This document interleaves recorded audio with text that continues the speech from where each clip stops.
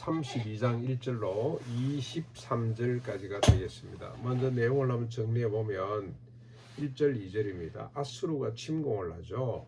히스기야가 예루살렘 하나님 앞에서 신실하게 행했음에도 불구하고 유월절 절기를 회복하고 제사 제도를 회복하고 제사장과 레위 사람들이 반차를 쫓아 하나님을 섬길 수 있도록 물질적으로 후원하는 것, 그 다음에 소산의 11조 모든 것들 첫 익은 열매를 바치도록 하고 하는 이런 조치들을 다 행해서 무너졌던 하나님의 율법, 하나님의 뜻을 온 이스라엘 가운데 회복을 했습니다. 유다 가운데 북쪽 이스라엘은 이미 망했고요.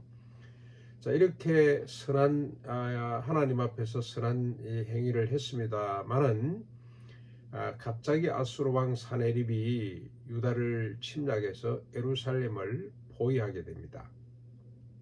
고사작전을 펴는 거죠.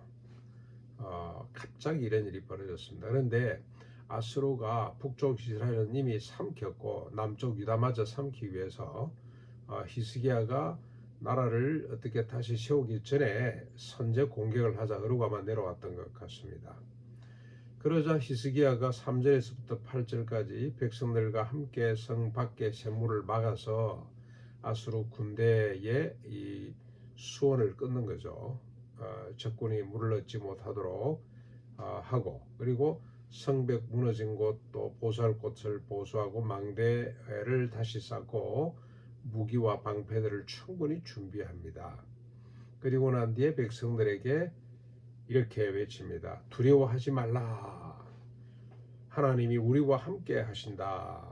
그와 함께 아수르와 함께 하는 자는 육신의 팔이지만 우리가 섬기는 여호와 하나님은 우리의 능력이 되신다.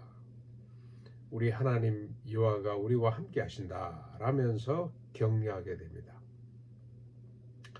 그랬더니 백성들이 많이 위로를 받았더라고 기록되어 있죠. 그랬더니 9절부터 19절까지 사네립이 조롱을 합니다. 사자들을 보내서 그리고 또 편지를 쓰기도 하고 수단 방법을 가리지 않고 이스라엘 백성들을 예루살렘이죠. 예루살렘에 있는 유다 백성들을 그냥 간담이 서늘하게 그들을 이제 조롱하고 일종의 심리전이 벌어진 겁니다. 그렇죠? 전쟁에서 우리가 무기로 싸우는 것도 중요합니다만은 심리전이 상당히 중요한데 사네립이 노련한 군대 수장답게 심리전을 펼치게 됩니다. 예루살렘 백성들을 향해 이렇게 외칩니다. 너희들은 히스기야 왕에게 속지 말거라.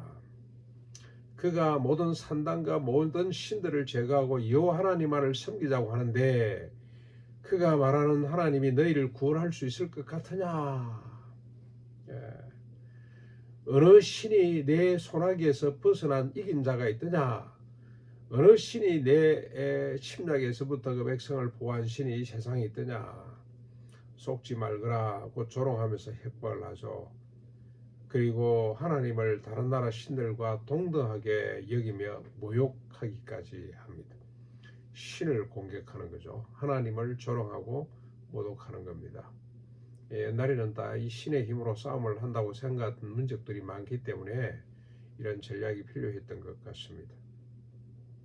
자, 이런 위기 가운데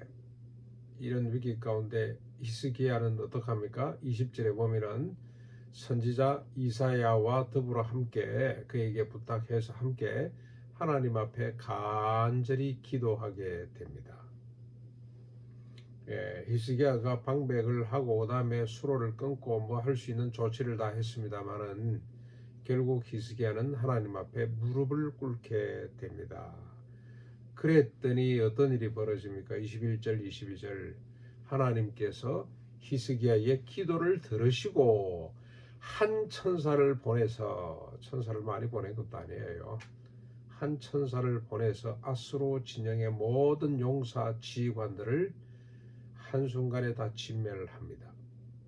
그랬더니 얼굴이 뜨거워진 사네립이 몹시 당하고 두려움에 떤 사네립이 갈팡질팡 아수르로 도망을 가서 자기 신에게 무릎을 꿇었을 때 자기 몸에서 난 자들, 아들들이죠. 아들들에게 살해를 당하고 맙니다. 이렇게 여호와께서 히스기야와 예루살렘을 구원해 주셨습니다.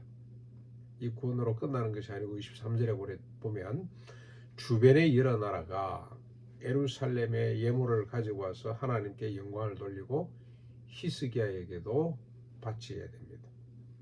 그리고 히스기야는 모든 나라 가운데 존귀함을 얻게 되었더라고 기록을 합니다. 히스기야 한 사람의 믿음은 전쟁의 위기 가운데서도 최선을 다해 방비를 했습니다만 백성들을 위로하고 하나님께 기도하는 그런 믿음의 소유자였습니다. 그 결과 어떻게 됐습니까? 하나님이 위기 가운데 개입하시고 상황과 조건을 다 초월해서 평강과 존귀를 허락해 주셨습니다. 그래서 하나님의 뜻이 예루살렘을 통해 유다를 통해 이어져 가도록 해 주셨습니다.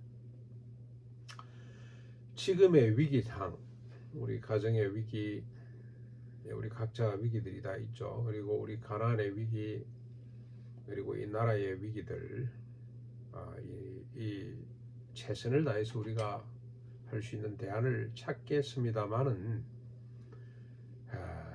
그러나 그보다도 우리가 주변에 있는 사람들을 하나님의 이름으로 위로하고, 저는 가정을 생각할 때마다 이런 위로가 필요하죠. 우리 장모님 이제는 고향을 떠나야 되고 정들었던 곳을 떠나서 어쩔 수 없이 자식의 집으로 와서 기거하는데 얼마나 참 마음이 허무하겠습니까? 그런데 이제 위로해야 되는 거죠. 어떻게 위로하냐? 하나님 말씀으로 밖에 위로가 안 됩니다. 세상에 무엇으로 그를 위로할 수가 있겠습니까? 천국의 소망을 가지도록 위로하고 격려하고, 그 사람은 후패해서 하지만 속은 날로 새롭다는 이 비밀을 자꾸 말씀을 해드려야 되는 거죠. 그렇게 해야 됩니다. 위로하고, 그리고 하나님께 기도하는 겁니다. 하나님, 외롭지 않도록 해 주십시오. 절망스럽지 않도록, 두렵지 않도록 해 주십시오. 그렇게 기도하는 것이 필요합니다. 가나안을 위해서도 이렇게 해야 되겠죠. 빚더미에 올라앉아 있는 가나안 직원들 격려하고 위로하고 하나님께 기도하자. 하나님께 맡기자. 하나님의 뜻을 찾자. 우리가 꼭 살아남는 것만이 하나님의 뜻이 아니다. 우리가 직장이 되지 않도록 하자. 교회가 되도록 하자. 그래서 대안을 제시하고 끌고 가야 되겠죠.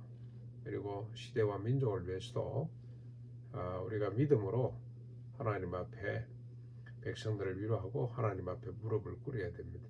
제가 보니까 사법의 이 폭력 행포, 이 법조계의 행포, 우리나라를 망하게 하는 건데, 이런 위기 상황이 지금 제가 힘이 없어서 어느 정도 할 수 있을지 모르겠습니다만은 이런 설교를 통해서 그렇게 위로할 필요가 있죠. 그리고 하나님께 기도하는 겁니다. 하나님, 우리 법조계가, 사법계가 정의롭고 평화롭게 개선되게 해주십시오. 무소불위한 집단입니다. 자기 입맛대로 재판을 하고 자기 입맛대로 나라를 주무려고 하는 사람들이 대부분입니다. 성실한 사람은 안 그러겠습니다만 힘께라서는 법조계 인사들은 좀 그러고 있어요. 이 나라를 하나님 구원해 주십시오라고 우리가 기도할 수 있어야 되겠습니다. 나라에 어떻게 되든지 말든지 나 혼자만 잘 살면 된다. 그게 성도의 자세가 아닙니다. 내가 책임감을 갖고 우리가 그만큼 하나님 부르심의 소망이 그런 거 아닙니까?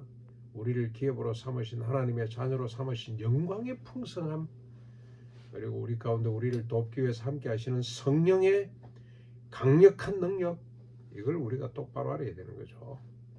그래서 이 시대를 위해서 기도하는 우리 모두가 되어야 되겠습니다. 이 시대에 가정에서, 교회에서, 공동체, 그리고 이 나라 가운데 히스기야로 설 수 있기를 주님의 이름으로 축원합니다.